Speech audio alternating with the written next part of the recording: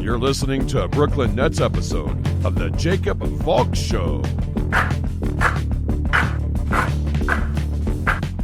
He's breaking down the team's latest goings-on as only he can.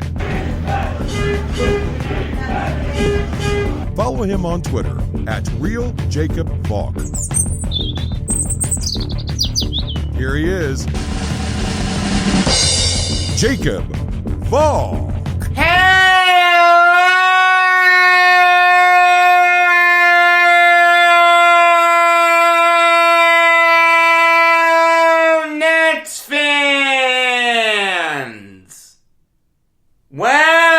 Welcome to another Brooklyn Nets episode of the Jacob Valk Show. I am Jacob Valk, coming at you with the first show of my pseudo week off. I really can't call it my week off because I'm still giving you shows. I'm just not giving you regular episodes of the Jacob Valk Show for the next week. Those will return a week from tomorrow when I do my big team-by-team NFL free agency recap. So far, the Patriots seem like big winners. Gotta love it. But enough about that. Let's get to the Brooklyn Nets. The big story there is that Kevin Durant is still out, and Blake Griffin has yet to play. According to Shams Charania of The Athletic, Durant is going to be out for another 1 to 2 weeks, and God only knows when Blake Griffin will be cleared to play. He's not hurt, they're just waiting to ease him into the fold. I mean, they have that luxury. They're 9-1 in their last 10. They're only a game behind the Sixers for the top seed in the East. Is it frustrating to not see Durant? Yes, no question. He's the best player on the team, one of the best players in the NBA. Of course you want to see him play.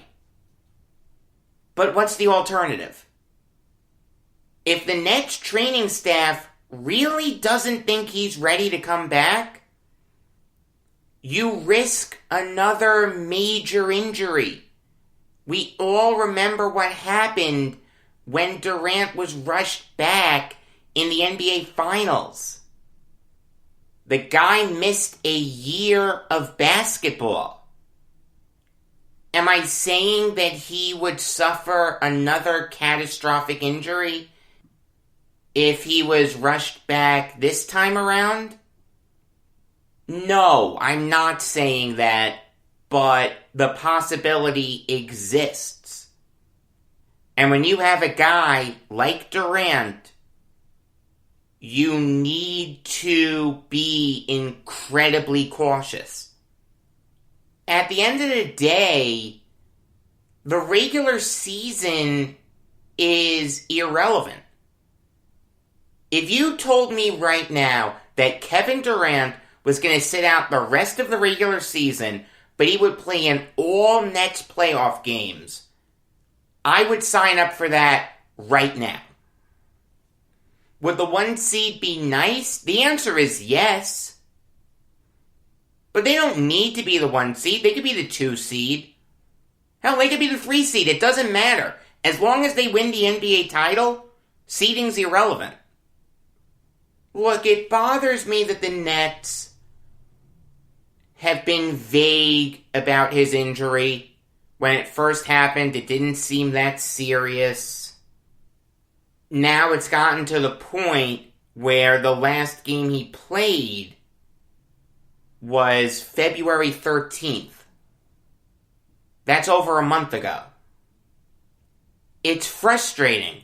There's no question.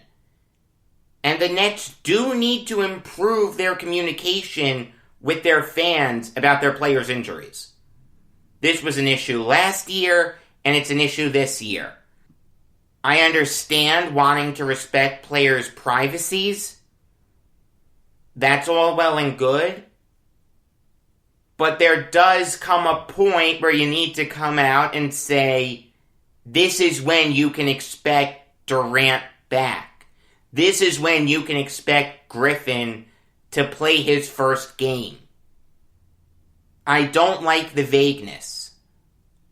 Is it the end of the world? The answer is no. But it's certainly not a comforting feeling for a Nets fan. As for Griffin, God only knows when we're going to see him. I want to see him play. I want to see what he can do with the Nets. Did I want him in the first place? The answer is no. But now that he's here, let's see what he can do. I mean, I'll say this. He's a better option than Nick Claxton. As great as Claxton's been, and he's put up some really good games recently, I'd rather have Griffin. Griffin has more of a track record than Claxton. Come the playoffs, I want that veteran rather than the sophomore. The Nets are being overly cautious with these two guys. And that's okay. I get it. It's just frustrating for me as a fan. My heart wants to say, you know what? If these guys can play, and odds are nothing bad will happen, great. Throw them out there. But my brain is saying, no, we have to wait until they're 100%. It's all about the playoffs. That's all that matters. Get these guys ready for the playoffs. Whatever happens before then is irrelevant. Look, as a Nets fan, it's okay to want to see Durant and Griffin every game. That's what all fans want. They want to see their team at 100%. No one can begrudge you for that. But the truth is, that's not what's in the best interest for the team. What's in the best interest for the team is to get these guys at 100% for the playoffs.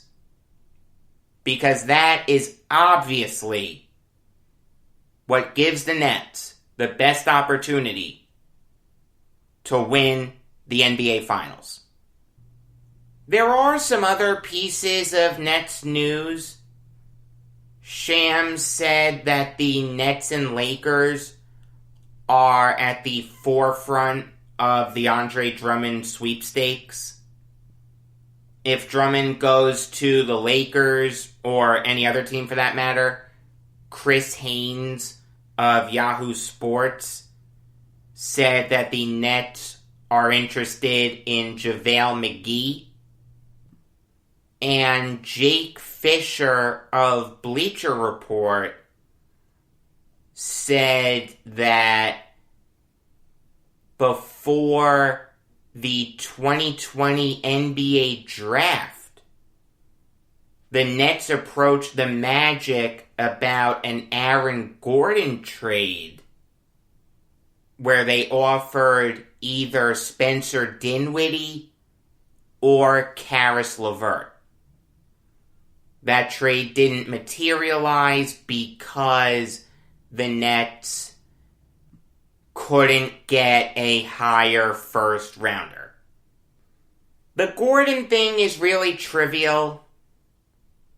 At the end of the day, LeVert's a pacer and Dinwiddie's out for the year. He'll be a free agent in the next offseason. So while they may have wanted Aaron Gordon in November, they're not going to get him now. That's okay. They have Griffin. They have Jeff Green. They don't need Aaron Gordon. The thing that really interests me is that the Nets are still interested in Drummond and JaVale McGee. Where are you going to play him?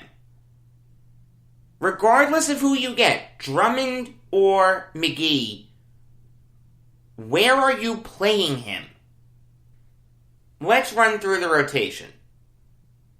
James Harden, Kyrie Irving, Joe Harris, Kevin Durant, DeAndre Jordan, Blake Griffin, Landry Shamet, Bruce Brown, Jeff Green, TLC, and Tyler Johnson. Where are you putting a center in? Drummond or McGee? How are you making that work? The only thing that I could see would be making Green the primary backup 3. Blake Griffin becomes the primary backup 4. And then you have Drummond or McGee off the bench. Or maybe Drummond can start and Jordan can come off the bench. I'd rather have Drummond starting than Jordan, but I'd rather have Jordan starting than McGee. The bad thing there is you really can't go small a lot. And the Nets are very effective when they go small. Do they suffer defensively? No question. But that may be their best lineup offensively. You can have Griffin in that small ball 5 role, which is what everyone thought he was going to be doing. You can have Green there. You can have Durant there. Hell, you can even have Brown there. I don't think another center fits the Nets. It's another reason why I didn't want Griffin. Andre Drummond makes a lot more sense for the Nets than Blake Griffin. JaVale McGee makes a lot more sense for the Nets than Blake Griffin. By signing Griffin, I don't know how you can make another big man work. I understand that you have to be prepared for injuries in this coronavirus climate. Everyone is susceptible to being out for an extended period of time. You want to tell me that you want to be prepared for any and all possibilities? I get that. But you already have solid big man depth. You have Claxton. You have Reggie Perry, who supposedly played well in the G League bubble. You want to add depth? Add another wing. Bring back Shumpert. I just don't understand how adding another big man is going to work. There's no way that guy fits the Nets' rotation. At this very moment, I can't endorse it. But in summation, all is right in Brooklyn. They are one of the best teams in the NBA.